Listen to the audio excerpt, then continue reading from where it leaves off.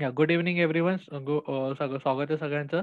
Let's go for the next thing आणि next कविताकडे आपण बघणार आहोत. त्याचं नाव आहे निसर्ग वैभव. तर ह्यांचे लेखक कोण आहे? तर लेखक आपण सर्वात प्रथम आपण बघून घ्या, सुमित्रानंदन पंत. तर सुमित्रानंदन पंत हे त्यांचे लेखक आहेत. तर बघा, यांच्याबद्दल थोडीशी आपण माहिती करून घ्या. तर बघा, जन्म 20 मई 1900 और कौन सी, हा राईट. सो जस्ट सेकंड, ह्या.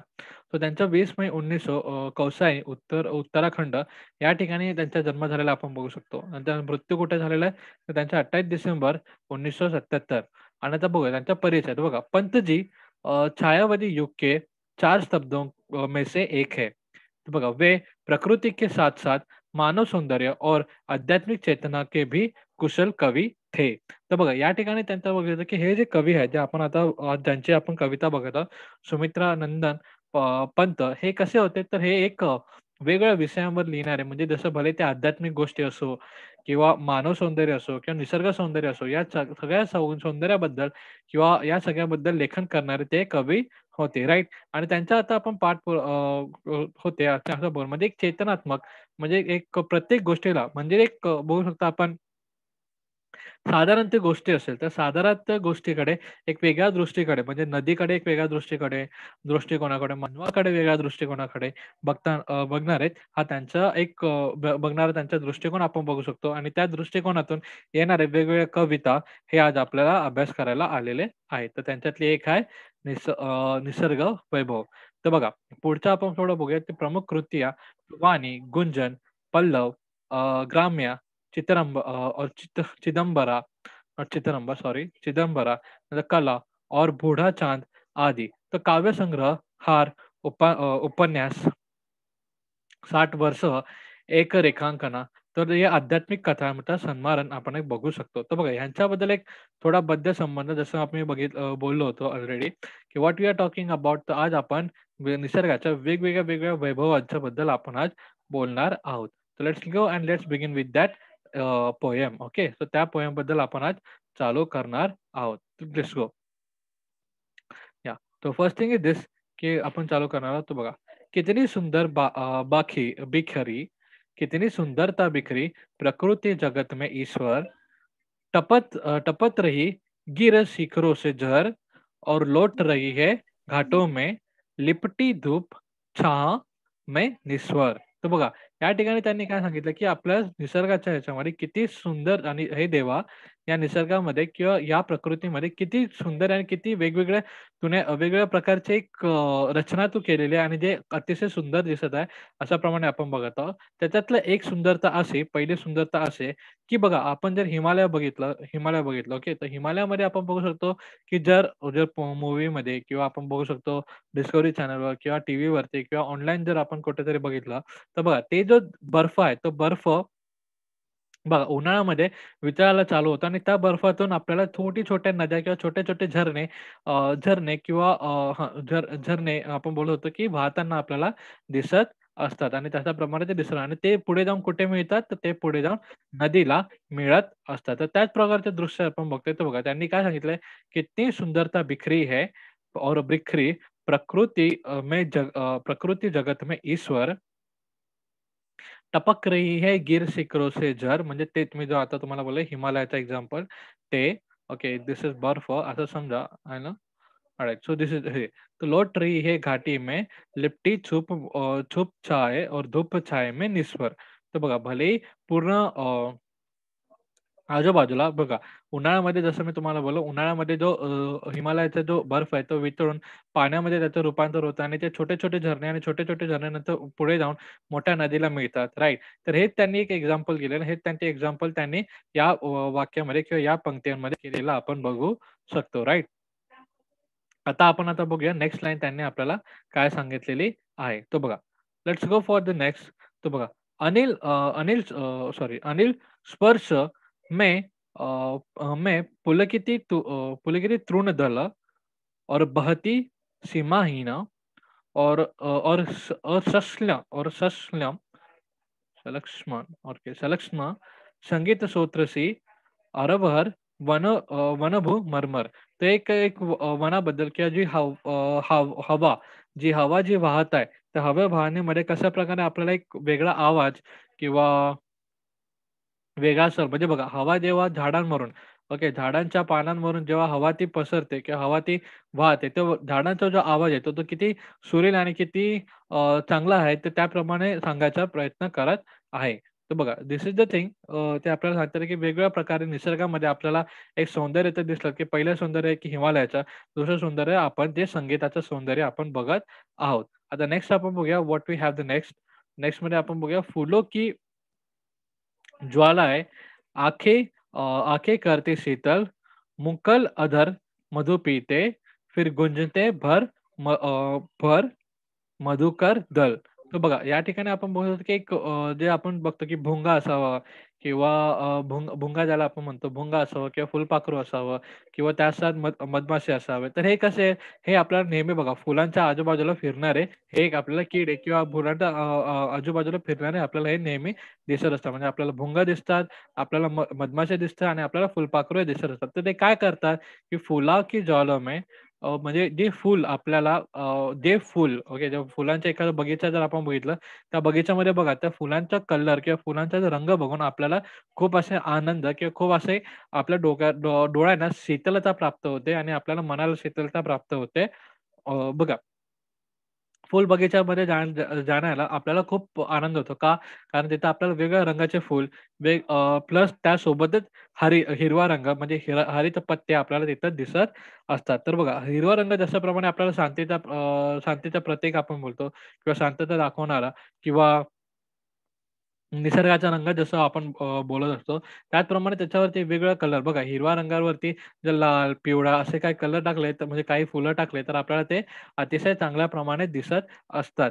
तर तशाच प्रमाणे एक आपल्या डोळ्यांची शीतलता आपल्याला प्राप्त होते आणि नंतर ते मी म्हणलं होतं, की लाइक मधमाशी, भुंगा असावा किंवा फुलपाखरू असा हे फुलांच्या आजूबाजूला फुलांचा रस पिण्यासाठी तिथे आपल्याला फिरत आहेत असं दिसत आहेत, राइट?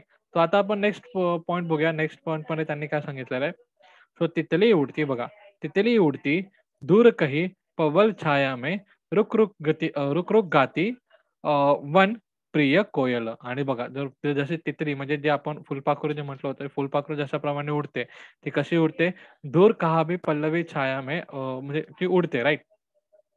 नाहीतर दूर काही पल्लवी छाया में म्हणजे दूर कुठे कुठेतरी बघा आपल्याला कधी-कधी जर आपण जंगलामध्ये किंवा बगीच्यामध्ये किंवा नॅशनल पार्क्समध्ये जर आपण गेलो, तर बघा आपल्याला तिथे एक कोयलचा आवाज आपल्याला म्हणजे कोयळाचा आवाज कोयलचा आवाज आपल्याला ऐकायला येतो. म्हणजे ती कशी असते, ती एखाद्या झाडावरती जिथे सावली असेल, त्या सावलीच्या ठिकाणीमध्ये ती थांबते आणि तिकडून ती तिकडून ती गात असते आणि आपला जो आवाज आहे, तो सगळे आवाज आपला त्या परिसरामध्ये पसरून किंवा गाऊन तो तिचा परिसर ज्या ठिकाणी ती आहे, तो परिसर मनभावन करण्याचे ती प्रयत्न करत असते आणि मनभावन ती करत असते. तर अशा प्रकारे बघा प्रत्येक जण फुलपाखरू पण एक चांगलं काम करतोय.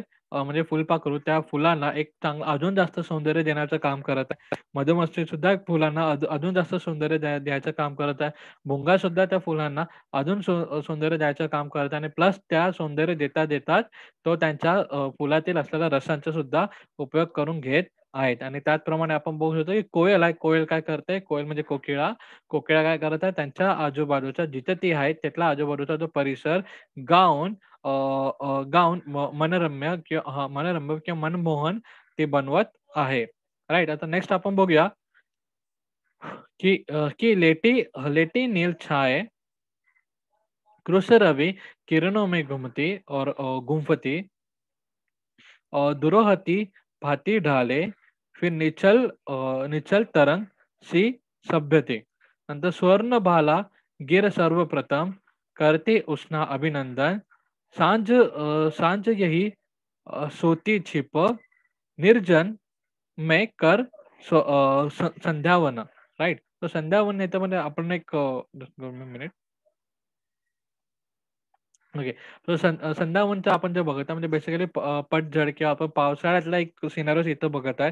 तर लोटी नील छाये आणि खुशी रवी किरण में गुफती. तर बघा आता काय झालं, की आता एक पावसाळ्याचा आता बघा हा जो आपल्याला हा जो एक प्रसंग आपण बोलत होतो. हा जो प्रसंग कुठला होता, तर उन्हाळ्याचा आपण एक प्रसंग आपण बोलू शकतो. परंतु आता काय झालंय, आता पावसाळ्याचा प्रसंग आलेला आहे. पावसाळ्याच्या प्रसंगामध्ये कसं आलंय, पावसामध्ये आपण बोलतो की हे ढगं वगैरे असतात.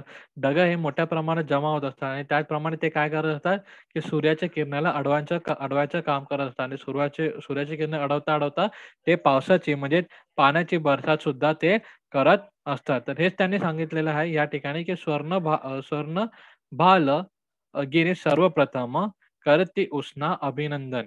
तर बघा उषा अभिनंदन. तर बघा या ठिकाणी असं सांगत आहे, की हवा वगैरे जे काही हवा वगैरे जे उन्हामुळे तप्त झालेले आहेत किंवा जेव्हा ते झाडं आहेत, जे उन्हामुळे सुकून गेले, ते सगळेजण खुश होऊन जातात, आनंद होऊन जातात आणि अभिनंदन करावं लागतात एकमेकांचं, कारण पाऊस आलेला असतो. राइट. आता नेक्स्ट आपण बघूया नेक्स्ट थिंग दॅट इज "अपलक तारापथ शिखमुखी का, बनता लेख दर्पण, यही शैल कथो पर सोये, जगता गंधा समीरण." तर बघा ते एक शब्द आहे, की ते आपल्याला पुन्हा पावसाळ्याच्याच रिलेटेड एक गोष्ट दिसलेली आपण बघू शकतो. नेक्स्ट आपण बघूया, की सद्य स्फुट सौंदर्य राशि, संमोहन भरती मन में, कितना विस्मरण वैचित्र्य भरा पर्वत जीवन में. येस. तर आपण पावसाळ्यातल्या गोष्टीबद्दल आता बोलतोय, की जसं पावसाळा झाल्यानंतर आता हळू-हळू सगळीकडे हिरवळ पसरत चालली आणि हिरवळ कुठे-कुठे पसरत आहे, तर फक्त जमिनीवरच नाही, तर पर्वत वगैरे म्हणजे जंगल आपण जे बेसिकली म्हणतो पर्वत वगैरे नंतर पर्वत असो किंवा टेकडी वगैरे असो किंवा नदीच्या आजूबाजूला बघा, त्या हिरवे प्रकार एक हिरवी चादर जसं आपण एक वाक्य ऐकलं असावं, की पावसाळ्यामध्ये पृथ्वी जणू हिरवी चादर आपल्यावरती ओढल्यासारखी आपल्याला दिसत आहे. तर त्याचप्रमाणे एक दृश्य आपल्याला असताना दॅट वी कॅन सी होय आणि त्याचबरोबर डिस्क्राईब करताना आपल्याला दिसत आहे. तर नेक्स्ट आपण बघूया, की काय आहे म्हणून. तर बघा ओके. "खग चलते फल, फिर कृतीर रही, गिलरिया को पर, वन पशु वन पशु सब लगते प्रसन्न, परिचित परिचित मरकत अंगण में." तर बघा बेसिकली काय झालंय, तर या ठिकाणी आता का बघतो बघा, पावसाळा आला. पावसाळ्यामध्ये आपण काय बघितलं हे आपण बघूया पुन्हा एकदा. तर पावसामध्ये जो सूर्यप्रकाश आहे, सूर्यप्रकाश इथं लपलेला आपल्याला दिसतोय. काळे ढग आलेले दिसतात आणि त्या काळ्या ढगांमधून आपल्याला पाणी मिळतंय म्हणजेच काय पाऊस मिळतोय हे आपण आता बघितलेलं आहे. म्हणजे आधी बघितलेलं होतं आणि या ठिकाणी आपल्याला काय होताना बघितलं, की त्या पावसामध्ये किंवा त्या पावसाळ्यात जशाप्रमाणे ढग आणि सूर्य हे जशाप्रमाणे एक लपाछपी एकमेकांसोबत खेळत आहेत, त्याचप्रमाणे ते दृश्य आपल्याला नेहमी बघता येते, की बघा लपाछपी खेळतात. म्हणजे कधी काळे ढग असतात, तर कधी ऊन असतो. तर पुन्हा आपण बघतो, की पुन्हा परत काळे ढग असतात, पुन्हा ऊन असतो. कधी पाऊस असतो, तर कधी उन्हाळा असतो. तर उन्हाळा आय मीन ऊन असतो. तर या सगळ्या ह्याच्यामध्ये आपल्याला कधी-कधी मध्यंतरी इंद्रधनुष्य सुद्धा दिसत असतो. परंतु हा जो एक वातावरण आहे बघा, हा जो वातावरण आहे, हा वातावरण कसं आहे? हा वातावरण आपल्या झाडा-झुडपांना वाढण्यासाठी अतिशय अनुकूल आहेत आणि आणि पावसाळ्यामध्ये जसं बघू शकतो आपण, भले पर्वत असो किंवा नॉर्मल जमीन असो, भले एक छोटीशी टेकडी असो किंवा एक छोटीशी जागा का नसो, त्या सर्व ठिकाणी ओके, त्या सर्व ठिकाणी आपल्याला काही ना काही गवत असो किंवा छोटे झाड असो किंवा रोपटं असो, हे उगवलेलं आपल्याला दिसून येतं आणि हे सगळं कसं दिसतं? हे अशा प्रकारे दिसतं जणू पृथ्वीने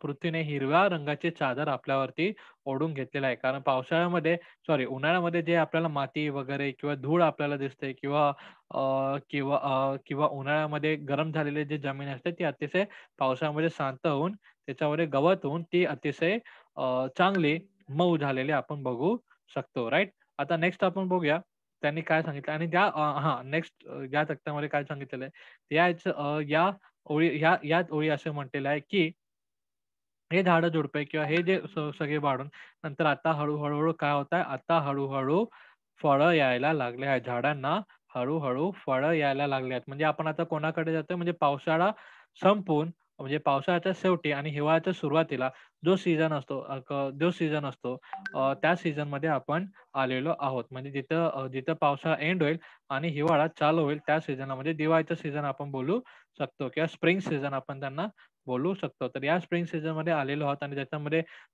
सगळीकडे नवीन अंकुर फुटलेला आहे किंवा त्या अंकुराच्या फळामध्ये रूपांतर झालेलं आपण बघू शकतो आणि त्या फळाच्या झाडावरती एक गिलेरी म्हणजे कोण खारुताई जे आपण म्हणतो, खारुताई सुद्धा एकदा फिरताना आपण बघू शकतो आणि त्या खारुताई आहे ते त्या ठिकाणी फिरून त्या फळांसोबत खेळत असल्याचं आपण बघू शकतो. आणि जो पावसाळा आल्यानंतर जो सीझन असतो बघा, पावसाळ्यामध्ये भलेही सगळीकडे चिखल किंवा भलेही सगळीकडे मोठमोठे गवतं वगैरे असतील किंवा भलेही सगळीकडे पाणीच पाणी असेल, परंतु जसं पावसाळा संपायला आला आणि जसं हिवाळा चालू झाला, त्या सीझनमध्ये प्रत्येक माणूस, प्रत्येक वन, पशु असावं किंवा आपण सुद्धा असावं, प्रसन्न होऊन जातो. कारण आपल्याला पाणीही चांगल्या प्रमाणात असतं आणि अन्नही सुद्धा चांगल्या प्रमाणात तेव्हा आपण बघू शकतो. तर ह्याच्यामुळे असावं किंवा मनुष्य असावा किंवा पशु, प्राणी सगळेजण प्रसन्न झालेले आपण बघू शकतो. तर बघा, स्वाभाविक है यदि मुझे याद आता ईश्वर एक क्षण में ईश्वर एक क्षण में म्हणजे आता जस्ट आपण जो स्प्रिंग सीजन आपण बोलतोय त्या सीजन बद्दल आता बोलतोय. ठीक है? तो स्वाभाविक यदि मुझे याद आता ईश्वर इस क्षण में जड़ जग इतना सुंदर जग में क्या कारण? तो रहता और अहरज अहरह जो और विश्व न जीवन मन में संघर्षण. तर आता पुढे बघूया त्यांनी काय सांगितलेलं आहे. मनुष्य प्रकृति का करना फिर नव विश्लेषण संश्लेषण ईश्वर का और निधि नर अभिशापति अभिशापित हो उनका जीवन लगता अपनी और शुद्ध हंसता हंसता ही में और सीमित केंद्रित छिन्न हो गया विश्व चेतना से मा हाँ, मावन मन निश्चित. ऑलराइट. सो त्यांनी आपल्याला काय सांगण्याचा प्रयत्न केला ते आपण बघूया, की जो आता हळू-हळू जो स्प्रिंगचा जो सीझन आहे, तो स्प्रिंगच्या जो सीझनमध्ये जिथं आपण बघितलं की पावसाळा संपून हिवाळ्याची सुरुवात झालेली आहे. तेव्हा जे अंकुर वगैरे फुटलेले किंवा जे अंकुर वगैरे आहेत, जे फळामध्ये रूपांतर झालेलं आहे किंवा कळ्या आहेत, ते फुलामध्ये रूपांतर झालेलं आपण बघत आहोत. तर त्याच्यामध्ये फळामध्ये गिलेरी म्हणजे खारुताई खेळताना आपल्याला दिसत आहे. तर तोच जो सीझन आहे, तोच सीझन ज्यामध्ये प्रत्येक जण पशु, प्राणी कोणी असो, तो अतिशय आनंदित झालेला आणि प्रसन्न झालेला आपण बघू शकतोय. तर बघा आणि हा जो सौंदर्य आहे, ओके. हा जो सौंदर्य आहे, हा बिना पलके झपन म्हणजे एकही क्षण आपल्या डोळ्यासमोर लांब ठेवण्याच्या ऐवजी अ, म्हणजे बघा, म्हणजे बोलायचं असं, की आपले जे डोळ्याचे जे पलके, जे आपले डोळ्याचे पलके होतात, म्हणजे आपले जे डोळे पलक झपकतो, ते पलक न झपकता आपण तिथच्या तिथं राहून हे डोळे आपले स्तब्ध ठेवून आपला हा पूर्ण निसर्ग जो सौंदर्य आहे, हा पूर्ण निसर्ग सौंदर्य जो ईश्वराने बनवलेला आहे, हा पूर्ण सौंदर्य सौंदर्य आपल्याला डोळ्यामध्ये आपल्याला साठवून ठेवायचं आहे किंवा साठवून ठेवावसं मला वाटत आहे. अशाप्रमाणे ते सांगत आहे आणि माणूस भलेही हा हिवाळ्याचा जो आपण स्प्रिंग सीझन जो आपण बेसिकली बोललो होतो, तर याच्याच नाही तर जेव्हा हळू जे पानं जे गिरायला म्हणजे पतझडीचा जो एक सीझन येतो, तर पतझडीच्या सीझनमध्ये पण बघा रस्ते वगैरे आहेत त्यांच्यामध्ये जो हिरवा रंग जो असतो, हिरवा रंग जो आपण पावसाळ्यामध्ये किंवा हिवाळ्यामध्ये बघितलेला होता, तो हिरवा रंग आता हळू पिवळ्या रंगामध्ये कन्व्हर्ट झालेला आपण बघू शकतो आणि त्या पिवळ्या रंगामध्ये आपण बघू शकतो त्या पिवळ्या रंगामध्ये जे रोडवर रस्ते वगैरे आहेत किंवा झाडं आहेत, हे अतिशय वेगळ्या रूपामध्ये म्हणजेच जो पहिले हिरव्या रंगामध्ये होता तोच झाड आता पुन्हा पिवळ्या रंगामध्ये रूपांतरित झालेला आपण बघू शकतो. तर हे जे काही डिफरन्सेस आहे किंवा हा जो होणारा बदल आहे, हा होणारा बदल आपल्याला डोळ्यामध्ये भरून ठेवण्याची इच्छा आहे किंवा डोळ्यामध्ये भरावे, असं एक चित्र आपल्याला अनोखापण म्हणजे बेसिकली ज्याला आपण म्हणतो, अशा प्रकारे आपण अनोखापण, एक वेगळंपण म्हणजे बघा ना, की निसर्गामध्ये ज्या झाडाला आपण हिरवा रंग बघतो पावसाळ्यामध्ये किंवा हिवाळ्यामध्ये, तसंच हिवाळा संपून जेव्हा उन्हाळा चालू होतो, त्यावेळेस किंवा हिवाळ्यानंतर मध्य हिवाळ्यानंतर आणि उन्हाळ्याच्या सुरुवातीला जेव्हा आपण बघतो, तेव्हा तेच झाड हे पिवळ्या रूपामध्ये आपण बघू शकतो आणि प्लस जी पृथ्वी आपल्याला हिरवी चादर ओढलेली आपल्याला दिसते अंगावरती, त्याचप्रमाणे आपल्याला आता ती चादर पिवळी झालेली आपण बघू शकतो. तर बघा हे एक एवढा मोठा डिफरन्स आहे म्हणजे चादरचा कलर भले चादर तीच असेल किंवा घेणारा व्यक्ती सुद्धा तेच असेल, परंतु चादरीचा रंग हा बदललेला आणि तोही उत्तम प्रमाणे बदललेला आपण बघू शकतो. तर अशा प्रकारचे डिफरन्सेस किंवा अशा प्रकारच्या निसर्गाने केलेला बदल किंवा निसर्गाचे जे खेळ आहे, सौंदर्य आहे, हे बघून हे ईश्वरा तुम्ही जो निसर्ग बनवलेला आहे, की त्यातला प्रत्येक एक क्षण किंवा प्रत्येक एक बदल किंवा प्रत्येक एक आपण बघू सौंदर्य हे डोळ्यामध्ये टिपवून ते पण बिना पलक झिपकून ते डोळ्यामध्ये टिपवून आणि मनात साठवावे असं साठवावे अशी इच्छा आहे किंवा अशा प्रकारे साठवावे एवढं ते चांगलं सौंदर्य आहे. So this is the thing. अशा प्रकारे आपली ही जी कविता आहे, जी आपल्या निसर्गाच्या सौंदर्याबद्दल किंवा निसर्गाच्या प्रत्येक ऋतूबद्दल भले आपण उन्हाळा बोलू, पावसाळा बोलू की हिवाळा बोलू, या सगळ्या गोष्टीबद्दल आपण आता बोलत आहोत, की बघा फर्स्ट ऑफ ऑल हिवाळ्यामध्ये सॉरी आपण भारतीय ऋतूबद्दल बघूया. बघा पावसाळा, नंतर आपण बोललो होतो हिवाळा आणि नंतर उन्हाळा. बघा पावसाळ्यामध्ये जी जी जमीन बेसिकली हिरवी झालेली असते पावसामुळे, तीच हळू उन्हाळ्यामध्ये पुन्हा कशी हिवाळ्यामध्ये कशी होते, पिवळी होत जाते आणि ती जमीन जी हिरवी असते ती कशी होत जाते, पिवळी होत जाते. परंतु पिवळ्या झाल्यानंतर ते पुन्हा आपण जर त्याला उन्हाळ्यामध्ये बघितलं, तर ती कशी होत जाते, तर तेच जमीन ही जमीन तिथे चादर आहे, ते चादर अंगाबाहेर ओढलेली. कारण बघा, आपल्याला बघा एक-एक बघा, जेव्हा आपण थंडी वाजते, राइट. जेव्हा किंवा पावसाळा असतो किंवा हिवाळा असतो, जेव्हा आपल्याला थंडी वाजते, तेव्हा आपण अंगावरती काय घेत असतो? चादर घेत असतो रात्री झोपताना, राइट.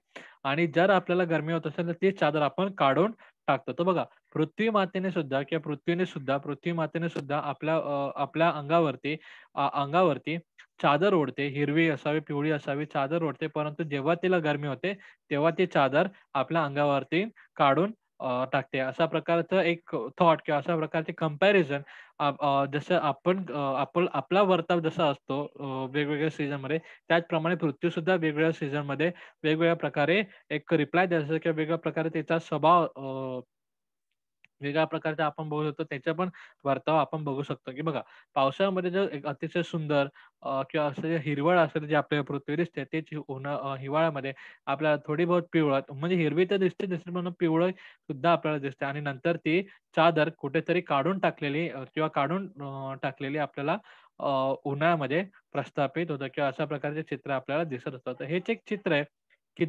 ज्याप्रमाणे आपण पण तसेच वागतो बघा. आपल्याला पावसाळ्यामध्ये थंडी वाजते तेव्हा आपण काय करतो, आपल्या अंगावरती चादर घेत असतो आणि पुन्हा हिवाळ्यामध्ये जेव्हा आपल्याला थंडी वाजते, तेव्हा तर आपण जास्त मोठी चादर घेत असतो आणि नंतर जेव्हा आपल्याला उन्हाळ्यामध्ये गरम व्हायला लागते, तेव्हा आपण चादर घेतो का? The answer is no. आपण ते चादर घेत नाही. अंगावरती चादर घेतो का? नाही. त्याचप्रमाणे पृथ्वीसुद्धा आपली आहे. तर बघा पृथ्वीसुद्धा हिवाळ्यामध्ये थोडी हलकी चादर घेते, नंतर सॉरी पावसाळ्यामध्ये थोडी वेगळी चादर घेते आणि हिवाळ्यामध्ये वेगळी चादर घेत असते. दिस इज अ डिफरंट अशा प्रकारचे डिफरन्सेस आपण बघत आहोत. जे माणसाच्या स्वभावासारखंच पृथ्वीचा पण स्वभावामध्ये आपण बघू शकतो आणि त्यासोबतच पावसाळ्यामध्ये, हिवाळ्यामध्ये जे उन्हामुळे किंवा गरमीमुळे तप्त झालेलं किंवा बघा गरमीमुळे तप्त झालेले जे काही प्राणी आहेत, ते गरमीमुळे तप्त झालेले जे काही प्राणी आहेत, ते आपल्याला हिवाळ्यामध्ये आणि पावसाळ्यामध्ये अतिशय आनंदित, प्रसन्न झालेले सुद्धा आपण बघू शकतो. बघा, आपण उन्हाळ्यामध्ये बघितलं तर प्राणी वगैरे एवढे काही खेळत नसतात किंवा प्राणी वगैरे जास्त आपल्याला हालचाल करताना किंवा अतिप्रसंग ते दिसत नाही. आपण पण बघा, आपण पण गरमीमुळे तप्त झालेलो असतो. आपण पावसाळ्यामध्ये सॉरी उन्हाळ्यामध्ये घरामध्ये राहतो, की जेणेकरून आपल्याला ऊन लागू नये, गरम होऊ नये आणि आपण आजारी पडू नये किंवा अशा प्रकारचे काही वेगवेगळ्या कारणास्तव आपण बाहेर जात नसतो. अ, प उन्हाळ्यामध्ये म्हणजे कधी समर समर समर सीझनमध्ये. परंतु जेव्हा आपण when it's come to the what we can say the winter season और रेनी सीझन म्हणजे रेनी सीझन असावं किंवा विंटर सीझन असावं, त्यावेळेस आपण जास्तीत जास्त घराबाहेर निघलेलो असतो आणि जास्तीत जास्त आपण खेळत असतो. कारण आपल्याला कारण आपल्याला खूप प्रसंग आपण झालेलो असतो. त्याचप्रमाणे आपले जे आपले जे प्राणी मित्र आहेत किंवा आपल्यासारखे जे प्राणी आहेत, ते सुद्धा अतिप्रसंग होऊन या 2 सीझनमध्ये म्हणजे रेनी सीझन असावं किंवा विंटर सीझन असावं, त्यावेळी जास्तीत जास्त बाहेर आलेले आणि प्रसंगित ते एकमेकांसोबत खेळत असल्याने आपल्याला दिसून पडत आहेत. Okay. So this is the thing. ह्या प्रकारचा आपल्याला एक म्हणजे अशा प्रकारे निसर्गाचे सौंदर्य आपल्याला सांगण्याचा प्रयत्न कवीने केलेला आहे. This is the thing. Okay. So I hope तुम्हाला लेसन समजलं असेल. इन केस काय डाऊट असेल you guys can ask. Okay. So here is the thing.